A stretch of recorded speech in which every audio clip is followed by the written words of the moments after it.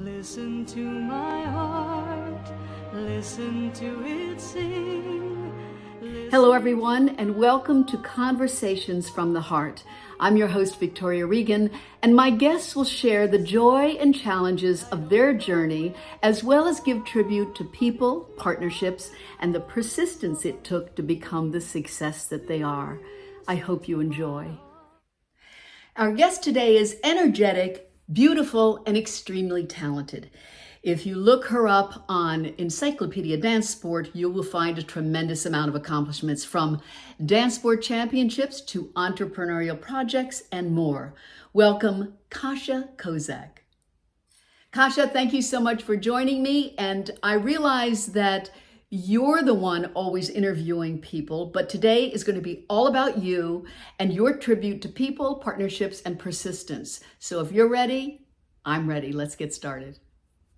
Thank you for giving me the opportunity, because I feel lots of time, or oftentimes, we talk about the business things that are a little bit more obvious, but not necessarily reaching the heart of the person. And I feel in today's world, that's so much more needed than me giving a resume what I've done or what I've done twice. I think we need to ask ourselves what it is that we stand for inside. What are the core values? And then we can see that we all pretty much stand for the same thing, for peace, for love, for caring, kindness, enjoying. So I think thank you for giving me that opportunity to share that.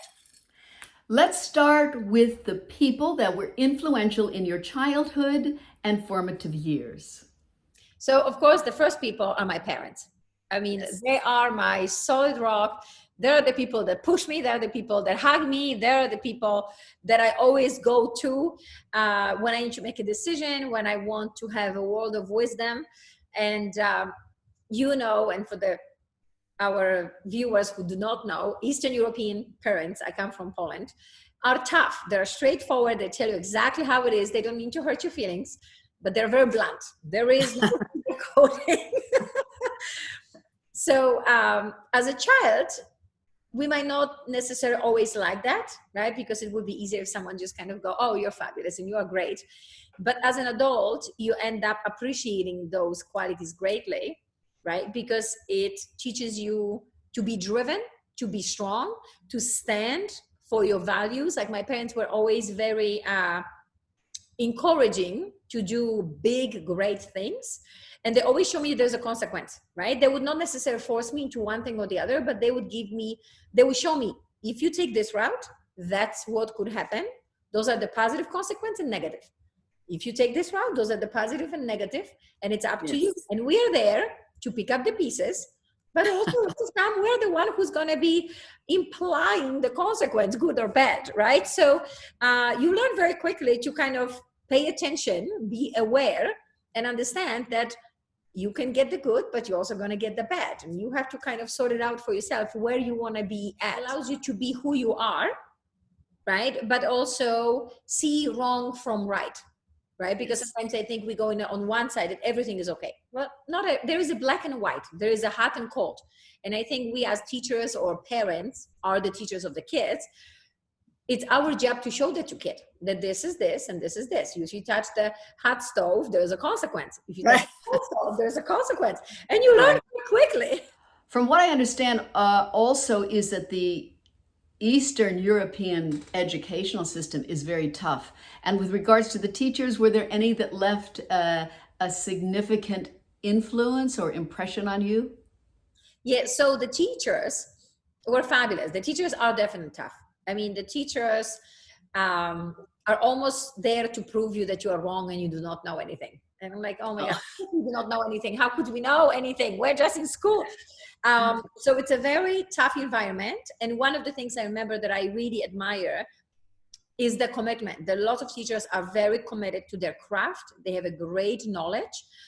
They're passionate about sharing what they know. So it's not necessary that I've ever had that conversation because we were young. So no one really talked to you about those things. You are learning by example, seeing your teachers being a particular way and then going, wow, I would like to be able to make a difference in the world like this. I remember going to my biology class, and I was never really a big fan of biology. But my professor was so great, and he would make it so exciting and so fascinating. I'm like, wow, this is awesome. And how he had the patience for us. He would push us to do the right thing, to learn the certain things, but at the same time, kind of encouraging and nurturing us as human beings. So that was something that was a big lesson for me. And I'm not so sure that I even knew this at that moment, but now back, I hold on to those values greatly. If you develop the relationship with your teacher or your coach or your parents with the love and kindness, you understand that these people really trying to help you to get wherever you like to go, then it's easier to not to get hurt. You understand, okay, the tough love is only to get me somewhere. It's not to hurt me. It's nothing personal. It's to make sure that I keep on improving the skills so I can accomplish the goals that I've set up for myself. Without that, I feel that's a really tough, because I've shared this with you before. I had someone who was trying to be as tough as my parents. I'm like, yeah, you're not in that position. I do not know what is your commitment, what is your love and kindness, how is that relating? So you being tough, that just means you're just tough and you're rude and you're unpleasant. So now let's go back to your parents for a second, specifically your mother. I know you told me some great stories about the things she would do when you were competing, and not that she was a stage mother necessarily, but that she carries high standards. Give us some examples. Always up to the standard. It was always, because she knew I want to accomplish great things. So she would always, like, my perfect example is I would win the competition and she would go, okay, that's so great, but what's happening with your arms? Like, now we need to improve this. Like, there was always something, okay, now let's go. Let's fix another thing, right? We could celebrate for a short period of time and then, okay, another destination. So I think having parents like this made me very much goal oriented. Like, I love to set goals, business goals, personal goals, something that I'm like, I feel like I'm going somewhere, right? And then things could change as I'm traveling towards that direction, right? Mm-hmm. Because I became more flexible, probably having different experiences, that it's not only one way of getting places, but I definitely like to know that we're moving somewhere. The worst thing for me is when I feel the word stand still. Like when there's no energy, oh my God, it drives me bananas. So I definitely need some vibrance.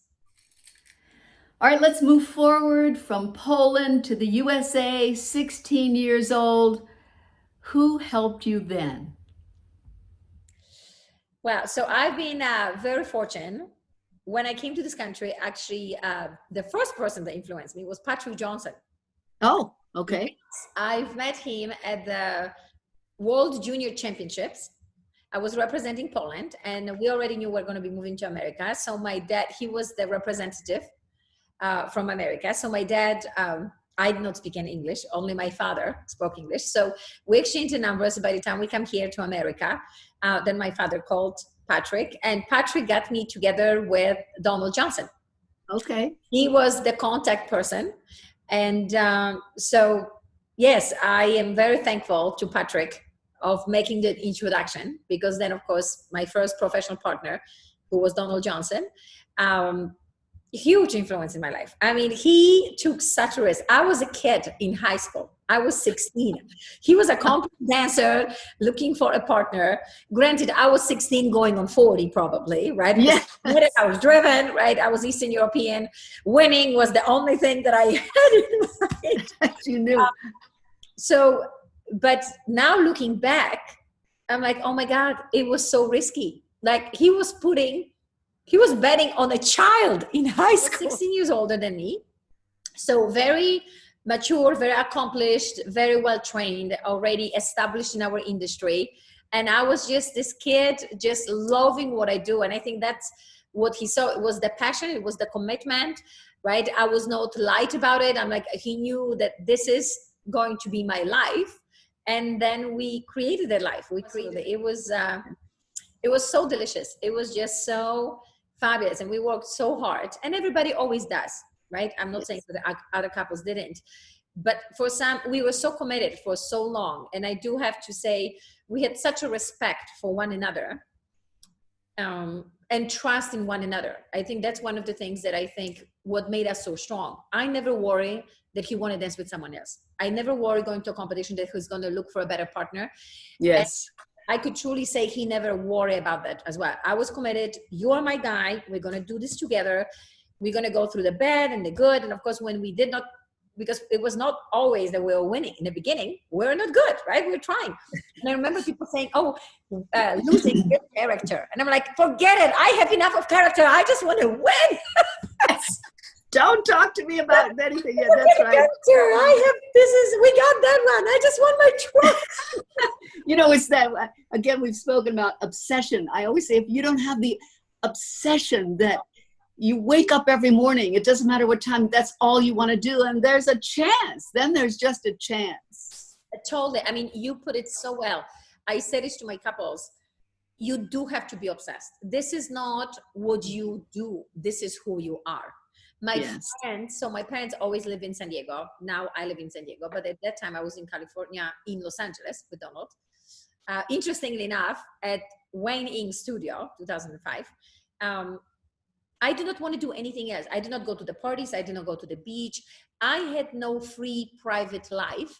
I only wanted to dance and not just compete. I want to go to the studio. I want to improve. I want to be better. I want to be stronger. I want to listen to this music. There was nothing else I would rather do. And I feel like that's the only way of moving forward. That's the only way of going and accomplishing extraordinary results. You could be good, but in order to be on top of your game, on top of the country, the best in the world, or being associated, you're one of the best in the world, you have to only look at, this is the only thing I do. Otherwise, you could be good, but not that special, not that extraordinary.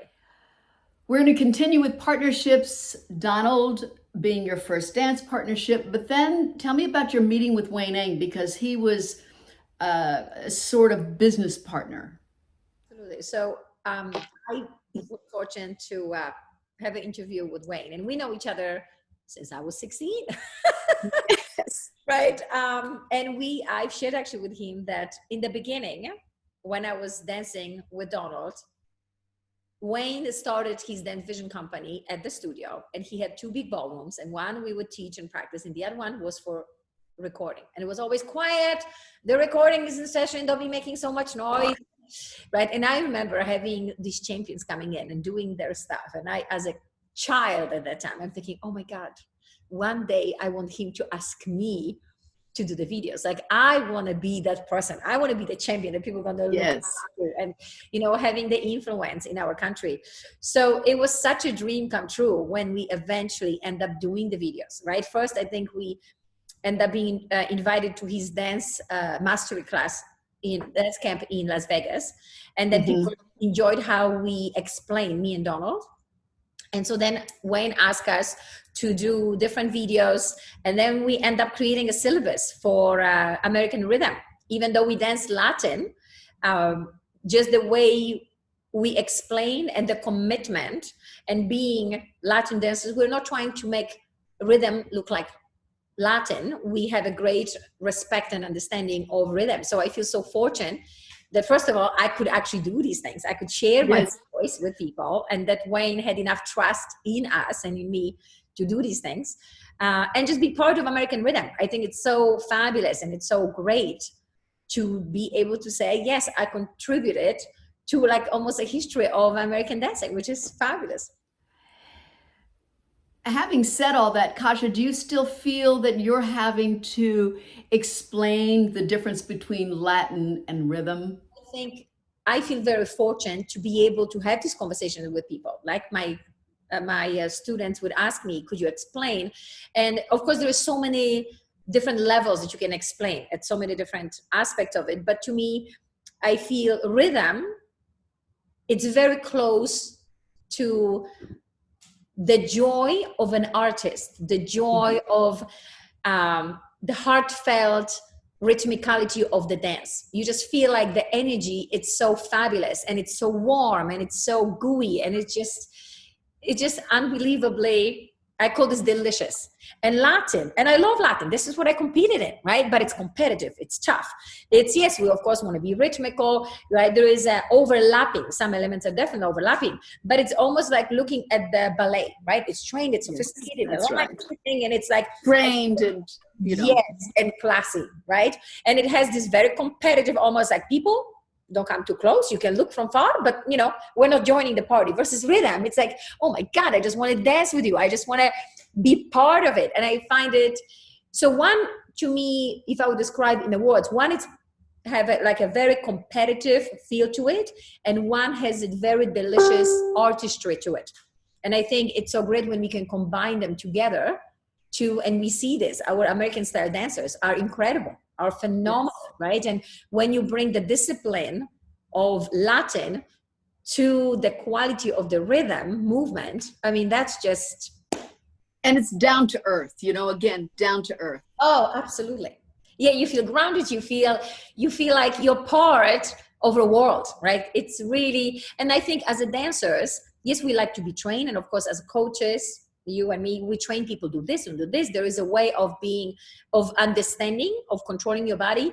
But of course, as an artist, the feeling that the dancing gives you, the energy that it just moves, that's just undescribable. And I feel like rhythm gives that to us almost more than the Latin, rhythm feels like so much more enriching in that. And therefore I feel like a lot of time we apply a lot of the rhythm qualities into Latin, or we should, in order to be fulfilled, not as a sports side of dancing, but also as the artistic part of the dancing. Dance partnership number 2, Andrew Phillips. Yes. Oh my God. He is just like a big teddy bear that you just want to give him a big hug. He's so sweet and just kind. And so it was very interesting. Our journey was very interesting because it was not, and we both come from Eastern Europe. He's from Belarus, I'm from Poland. So we definitely had a strong bond because we come from the same part of the world, right? And I loved, at some point when he came to visit my family in San Diego, he was able to speak to my grandma in his language. She was able to speak Polish and they were able to communicate. And that was so sweet to me. Yes, yes, of course. So of course our partnership was so nice, and we developed great friendship over years because of the dancing as well as the upbringing, but it did not always started so rosy. We had our differences of how we want to practice, how intensively we want to practice, the amount of time we want to practice, what we needed from each other to get the best out of the other person. It took definitely a conscious conversation and conscious choices. I've shared, we were committed to performing in Asia, the competition and shows, and all of a sudden there is a lot of squeakiness in the partnership.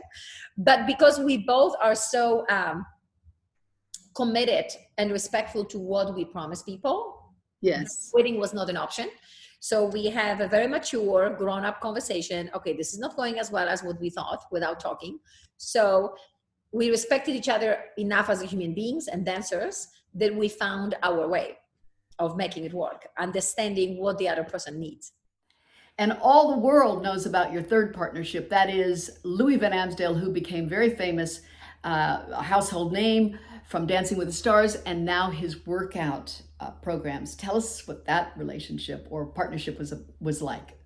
Yes, I danced with Louis Van Amsdale, and that was fun. We're, again, very good friends, and we're very similar, actually, I do have to say. That's the partnership, I think, that was fabulous, and then we ended up driving each other bananas. But you were too much the same? That's it. You know how people say, oh, when you're the same, it's great. We were so logical, so competitive, so driven in such a way that at some point we created so much intensity that was almost unbearable, right? So the things that we end up enjoying in the beginning end up driving us crazy at the end because there was just too much. Like, there definitely need to be a balance. I feel like, yes, again, in any relationship, not just dance partnership, the core values need to be strong and similar, but you can't go about it the same way, because then it becomes unspoken competition. That becomes, oh, I want the speed, I don't want to be fast. And before you know it, it's a competition. You are fighting who's going to be stronger, who's going to be faster.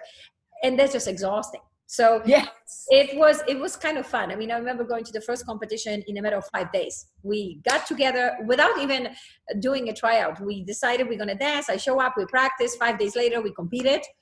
We way over choreographed everything. Of course. I mean, our paso doble was like we were on drugs. I mean, we had so much stuff and so fast that in between the rounds, we decided, you know what, we're cutting this down, we're cutting this down. And what I loved that there was a sense of trust in each other ability that we did not worry we're going to mess it up. Like, don't do this, do here, go left versus right.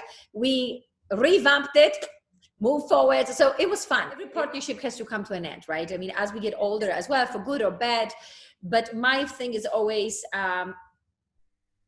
just remembering the good things, right? Because we've chosen to dance with one another. We've chosen to be with people in our life because we really enjoy the company. We enjoy how they influence us, and hopefully we influence them. So I love, and I'm so proud that I can call them my friends. Like, I'm really good friends with Donald. I'm really good friends with Andrew.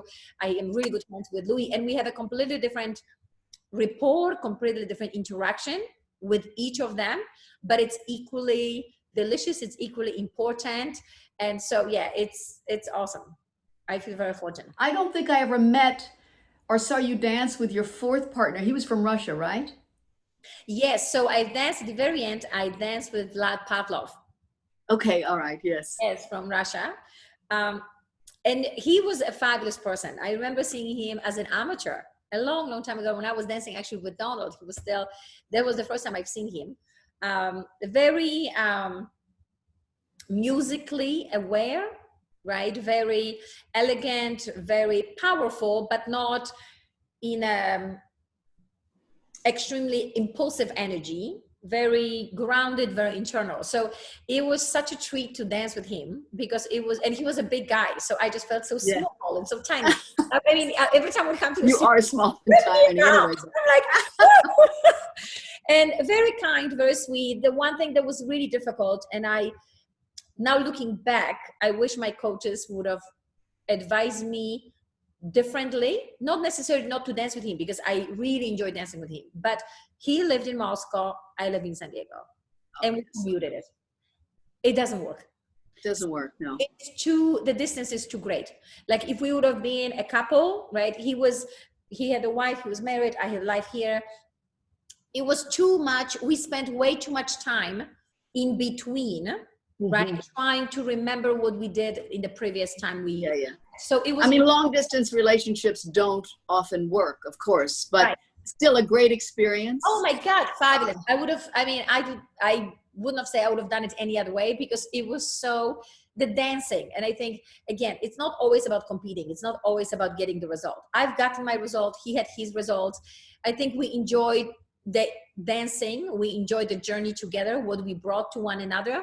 And I think that's equally important to us as human beings, as an artist, to have that, not just the competition, not just the first place sticker, as I call this. Of course, that's right.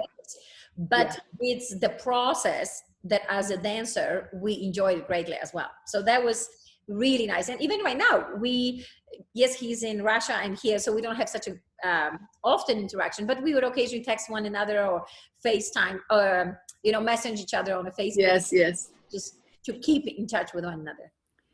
We've covered people, partnerships. Now we're going to move on to persistence, synonymous with your entrepreneurial projects, because you have to be very persistent and driven to achieve and execute all the projects that you have. Let's see, you have Attitude Belt, you have Kasia's Boot Camp, you have Dance Visions DVD, you're the co-organizer with another Louis on Gatsby Dance Competition, and lastly, your mother's beautiful shawls. So let's talk about persistence. I think it's a big part is having people around you that actually can help you, right? That can... a good team of people. Yeah, a good team. You cannot do it on your own. My dad and I, so I do have a lot of energy, and a lot of our listeners, I'm sure already know that. People that have with me, I am like, ta-da!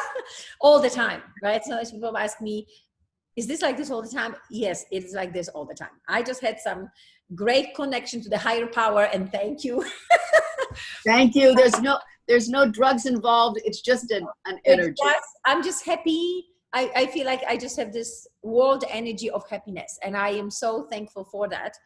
And I feel the best when I am involved in a lot of things. And that's me and my dad. We like to innovate. We like to come up with new projects. We like to see them grow. We like to understand how things work. So anytime, I don't have to act upon all the ideas that I have, but I'm at my best when I create, when I feel like things are moving, things are going. And because I'm also competitive and committed and disciplined, if I agree onto something, I will make sure that it's a particular quality. And it's not even quality that someone else could say, oh, that's good enough. No. Is that good enough for me? Is that good enough for me to sign my name behind it and say, you know what, I'm proud of that. And I always knew that that's kind of how I run my life in anything that I do. I never really thought that comes across to people, or I was not maybe that aware. But one of my friends made such a sweet comment to me one time that I thought was so sweet, I guess, that you're champion wherever you go. I'm like, what do you mean? He said, you organize your parties, you organize events, you help your friends with the commitment of 100%. You don't ever do anything just a little bit. Like if you say things are going to be done, you've done it in such a way that it's going to be impressive and it's going to be at certain standard. I'm like, wow, that's so sweet of someone to say that. And then I realized, yes, this is what I've been always trained by my parents. Like if you commit, then you do it 100%. If you don't, then don't, right? So that's kind of what I do. If I say I'm in 100%, or I'm 100% out. There is no, I'm maybe. Maybe. I don't do. Someone said to me, and I've actually shared it with someone else, that if you want things done, should you ask someone who is busy or should you ask someone who has time? And of course, originally I thought, of course you should ask someone who has time because they have time to help you. And they said, the reason why they have time is because they don't do much. Yes. That's a good point, right? They like having time. And the people that are busy, if you ask them to help you or do something, they would put you in their schedule. They're used to getting stuff done. They're used to being organized. So it's significantly easier to get things from someone who is busy, even though it looks like they don't have time. Yes. What is the same for me? When I have a day off and I'm just easygoing, it's harder. But when I organize, I'm like, okay, I can put this here. Let's be efficient. And then it gives you such a great feeling. I think for us who likes to have that, you feel so yes. at the end. This is a bit of a generic question, but based on your experience and wisdom, looking back, what one piece of advice would you give others that are in pursuit of success and happiness? I guess my biggest advice now looking back at my career, at my life, at different projects that I've done, just go with your gut feeling. Mm-hmm. And what I mean by gut feeling, if inside, no matter what decision, going on a date with someone, going for coffee with someone, having new partnership, new coach, going on vacation, if when you think about this, there is sense of happiness, there's a sense of contentment, there's a smile on your face, you know it's the right choice. That's right. So easy for people to talk you out of it. And not intentionally. Sometimes they're your best friends, right? And they want to share with you, but they can only share with you what's good for them. Because exactly. And no matter how close they are, and I know I have some friends as well, that they understand me, that they know, and I feel it when they advise me, it's almost like me advising myself, right? So we have friendships. But even with people like this, at the end of the day, when you have your very intimate group giving you advice that you cherish and you respect, take it under consideration, but always at the end, before you make your final decision, go, what it is that I feel. Do I feel happy? Do I feel anxious? Do I feel it's a wrong thing to do? And when you feel that it's a wrong thing to do, it is a wrong thing to do, even though other people might think that's a reasonable thing to do. And it's, you know, it's not always loud. Sometimes it's just feeling like, oh, this just feels right. Like it's comfortable. It's just, that's why I like to call it content, that you're just content. Yes. You go, I'm peaceful. When you're peaceful, usually it's the right thing. And then you will find people that will help you. Because I think sometimes I've noticed that I've made a decision, I don't have anyone to guide me, and then I'm scared. Yeah. Don't worry, don't go that far. Just go, does it feel right? If it feels right, you make a decision, and then you find people that are going to help you to execute that decision. Versus if you right away go, oh, do I have a team? If it's something new, you probably don't have a team because you don't even know what your team is supposed to be like, right? But sometimes we kind of started a little bit backwards. And I've made some decisions like that. And now looking back, I'm like, I probably should have done something else, but it's easier to see it once you're on the other side. Kasia, I know we have to wrap it up because you have a virtual class in just a few minutes. Again, I thank you so much for sharing your energy and your enthusiasm along with your inspiration to all. And I will see you again very soon. Thank you. Thank you. Bye-bye. Bye.